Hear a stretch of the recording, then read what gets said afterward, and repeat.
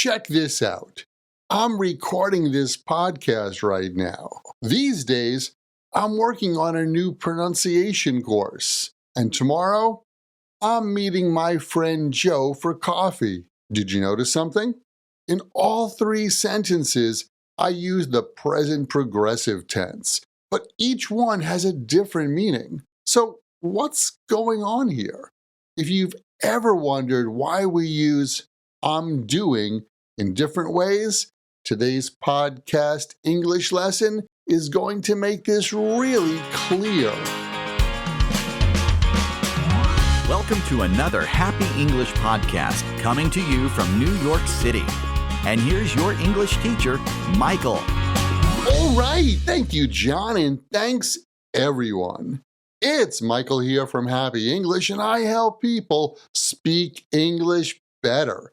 And this is Happy English Podcast, episode 1042, How to Use the Present Progressive Naturally in English. First of all, and just to be sure we're on the same page, let's talk about what that grammar term means. The present progressive tense is when we use the be verb followed by an ing, like I am working or I'm working. She's studying. We're learning English. So, how do we use it? First, we use the present progressive tense to talk about what is happening right now, at the moment of speaking. For example, I'm recording this podcast right now, or I'm sitting at my desk, or imagine you're on the phone and you say, I'm eating lunch right now, can I call you back? In all of these cases, the action is happening at this exact moment. Next, we use the present progressive to talk about something happening these days. Not necessarily right now, but around this time in your life. For example, I'm working on a new pronunciation course these days. That doesn't mean I'm doing it at this exact second, but it's something I'm focused on now. One of my friends is studying for an exam this week.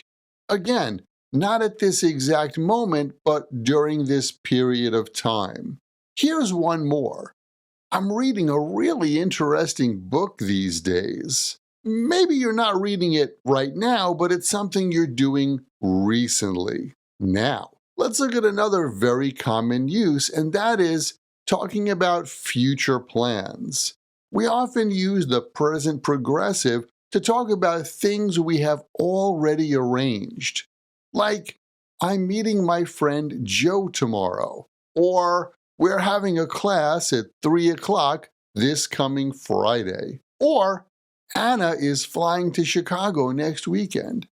In these cases, the future plan is already decided. It's not just an idea, it's arranged. And talking about it with the present progressive form makes it feel real and alive. I'm meeting my friend Joe tomorrow. And here's something interesting. And this is a very natural use that they don't always talk about in textbooks. We sometimes use the present progressive to talk about temporary situations.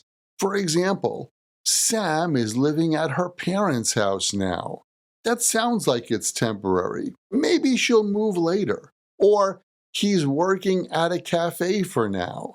That suggests it's not permanent. Or I'm staying with a friend this week.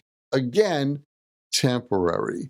This use helps you show that something is not permanent. It's just for now. And here's one more real-life use. We sometimes use the present progressive to show that something is changing or developing.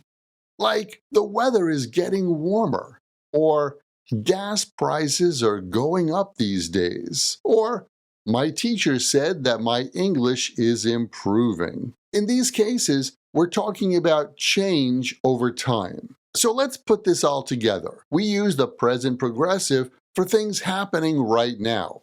I'm working. We use it for things happening these days.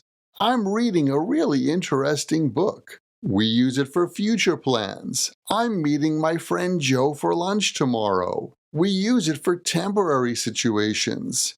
She's living at her parents' house now. And we use it to talk about change.